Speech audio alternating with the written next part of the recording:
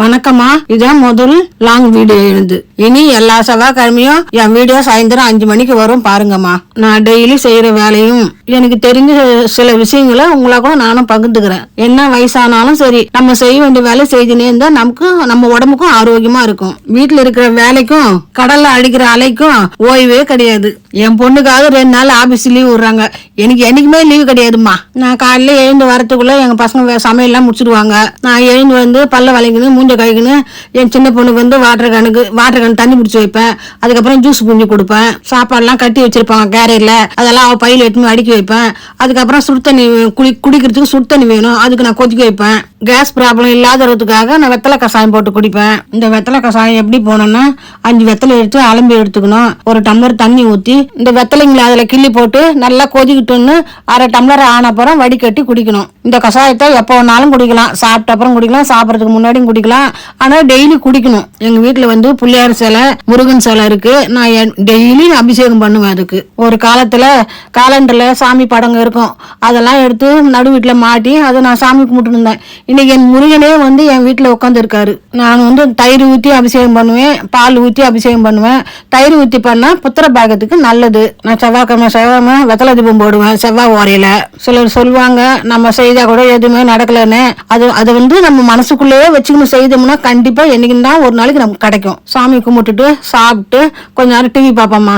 புதன்கிழமை காலையில எழுந்து காலையில வெள்ளரிக்காய் தோல் சீவினேன். அப்புறம் வந்து வாழைக்காய் இருந்தது, அதையும் தோல் சீவி கொடுத்தேன். அன்னைக்கு எல்லா வேலையும் முடிச்சுட்டு மெட்ராஸ் கிளம்பிட்டோம். எதுக்கு மெட்ராஸ் போறேன்னா, தீபாவளி அன்னைக்கு எங்க பைக்குட்டி பால்கனி வழியா வந்து தலையை விட்டுடுச்சு. ஒரு ஜூ குட்டி வந்து கடிச்சு பிடிச்சு. அதனால போய் மெட்ராஸ் போய் ஊசி போட்டுன்னு வந்தோம்.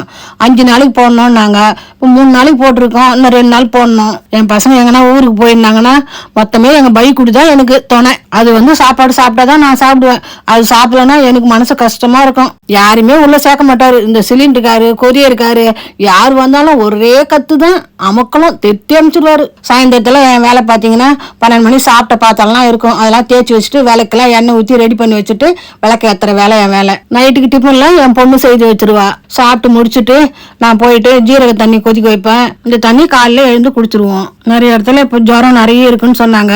இந்த கஷாயம் எப்படி போகணும்னு கேட்டீங்க. இந்த இலை வந்து பவளமல்லி இலை. இந்த இலை வந்து பெருசா இருந்ததுன்னா ஒரு 5 இலை, சின்ன சைஸா இருந்தா ஒரு 6-7 இலை.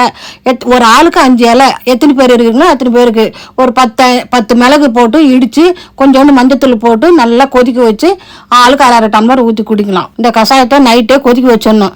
காலையில வெறும் வயிற்றுல எழுந்து வடிகட்டி குடிக்கணும். ரொம்ப முக்கியமானது இந்த இலை கிளறது. காலையிலே தான் கிள்ளணும், சாயந்தரம் வேலைலாம் கிள்ளக்கூடாது, பலிக்காது. அது மாதிரி கிள்ளனா இந்த கஷாயத்தை மாசத்துல 5 நாள் குடிக்கணும். தொடர்ந்து எந்த விஷ ஜுரமும் நம்ம கிட்ட வராது.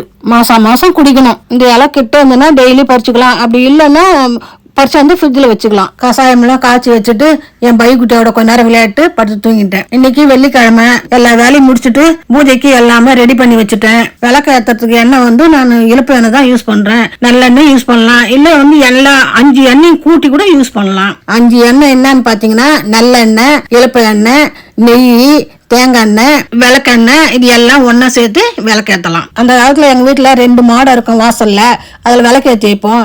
இப்ப அதெல்லாம் கிடையாது. அதனால தட்டுல 2 விளக்கேற்றி வெளியில வச்சிருவேன். அந்த காலத்துல எதுக்கு விளக்கு வெளியில ஏற்றி வைக்கிறாங்கன்னா, தேவதைகள்லாம் வந்து காத்து நிற்பாங்களாம், அதுக்காக தான் ஏற்றி வைப்பாங்களாம் வெளியில. பெரியவங்க சொல்லுவாங்க. நம்ம வந்து வெளியில வாசல்ல இருந்து தான் எப்பவுமே விளக்கு தீபார்த்தனை பண்ணி உள்ள எடுத்துன்னு போகணும். ஏன்னா நம்ம தெய்வங்கள் வந்து வாசிப்புல தான் வந்து வாசம் செய்வாங்களாம். அவங்களும் வெளியில இருந்து உள்ள கூட்டின்னு போய் நம்ம உள்ள வச்சு தீபார்த்தனை பண்ணணும். தினமும் வந்து நம்ம சாமி வைக்கிற பாத்திரத்துல தினமும் தண்ணி மாத்தணும். ஒரு நாள் தண்ணி அப்படியே விட்டுறக்கூடாது. நம்மளால சாமிக்கு வெத்தலை பாக்கு வாங்கி அந்த வைக்க முடியலன்னா உடந்த திராட்சை கடையில விற்குது, அதை வாங்கி வந்து வச்சு 4-3 வச்சு தீபார்த்தனை பண்ணலாம். இது 2 வைக்க முடியலன்னா கல்கண்டும் வைக்கலாம், சர்க்கரையும் வைக்கலாம். எது இருந்தாலும் ஒண்ணு வச்சு தீபார்த்தனை பண்ணணும் டெய்லியும். நான் வந்து உணர்ந்த திராட்சை வச்சுதான் நான் பண்ணுவேன். உங்களுக்கு வேற ஏதாவது சந்தேகம் இருந்தா கூட என்ன கேளுங்கம்மா, எனக்கு தெரிஞ்சது நான் சொல்றேன். இன்னைக்கு சனிக்கிழமைமா, அனுமனுக்கு நான் வெத்தலை மாலை போடுவேன். ஆனா வேற ராசி என்ன ராசினா எனக்கு தெரியாது. இந்த வெத்தலை மாலை போறதுனால சனீஸ்வர பகவானால வர கஷ்டங்கள் நம்ம கிட்ட எதுவும் நெருங்காது. ரொம்ப முக்கியமானது, சனீஸ்வர பகவான் வந்து எந்த கஷ்டத்தையும் நம்ம கொடுக்க மாட்டாரு. நம்ம செய்யற பாவ புண்ணியங்கள் தான் நம்மள வந்து சேர்றது. எப்பவுமே நான் கோயிலுக்கு போயிட்டு விளக்கு ஏத்திட்டு வந்தேன்னா எனக்கு ரொம்ப மனசுக்கு சந்தோஷமா இருக்கும். சனிக்கிழமை போயிது நல்லபடியா போச்சுமா. இன்னைக்கு ஞாயிற்றுக்கிழமைமா, காலையில நான் எந்த வேலையும் செய்யல. சாயந்தரம் 4 மணிக்கு மேலதான் வாசலை பெருக்கணும்மா. எங்க ஊர்லாம் காலையில சாணி தெளிச்சு கோலம் போடுவோம், சாயந்தரம் தண்ணி தெளிச்சு கோலம் போடுவோம். 2 வேலையும் போடுவோம். இப்போல்லாம் மாடி வீடுங்கெல்லாம் வந்துருச்சு. இப்போ சிக்கரில் ஒட்டுறாங்க. அந்த மாதிரிலாம் ஒட்டவே கூடாது. என்றைக்குமே அரிசி மாவில் தான் கோலம் போடணும். இன்றைக்கும் நான் அரிசி மாவில் தான் கோலம் போடுறேன். அது எதனாலன்னா எறும்புங்கெல்லாம் சாப்பிடும், அதுங்க மனசார நம்மளை வாழ்த்தும். மாடி வீட்டில் தண்ணி ஊற்றி கழுவுனா பக்கத்தில் அக்கத்தில் சண்டை போடுவாங்க. அதெல்லாம் தேவையே இல்லை. நம்ம ஒரு பாத்திரத்தை தண்ணி எடுத்துகிட்டு போய் துணி எடுத்துகிட்டு போய் நம்ம வாசல் வரைக்கும் தொடச்சிட்டு கோலம் போடலாம். அப்போல்லாம் பழம்லாம் என்னன்னே வாங்கி வந்தே தரமாட்டாங்க. அப்பாலாம் ஒரு பொட்டுக்கல்ல வெல்லம் அதுதான் வாங்கிடுவாங்க மளிகை கடைக்கு போனாங்கன்னா. இப்போ எல்லாம் என் பிள்ளைங்க வாங்கி வந்து கொடுக்குறாங்க. நான் நம்பிதான் சாப்பிட்றேம்மா. இப்போ என் பசங்க நெய் மைசூர் பாக்கு செய்தாங்க. நான் எப்பவுமே கொஞ்சம் தான் எடுத்துப்பேன். அவங்க செய்தாங்க, கொஞ்சம் கொடுத்தாங்க, சாப்பிட்டேன். டேஸ்ட் அவ்வளோ அருமையாக இருந்ததுமா. வாயில வச்சு சாப்பிட்டு பார்த்தோம்னா கரைஞ்சிடுச்சுமா, நல்லா இருந்ததுமா. என் பசங்க பெரிய பொண்ணு நல்லா சமைப்பா. என் சின்ன பொண்ணு இப்போ கற்றுக்குறா. அது பசங்களுக்கு முடியலன்னா நான் ஒரு நாளைக்கு செய்வேன். நம்ம பூஜை பண்ணும்போது வெறும் தரையில் பூஜை பண்ணக்கூடாது. ஒன்று டவலை போட்டுக்கணும், இல்லைன்னா ஒரு மணக்கட்டை எடுத்து வச்சுக்கணும். நம்ம அது மேலே உட்காந்து பூஜை பண்ணணும். அதுக்குன்னு ஒரு டவல் தனியும் நம்ம வச்சுக்கணும். வணக்கம்மா, அடுத்த வாரம் சந்திக்கிறேன்.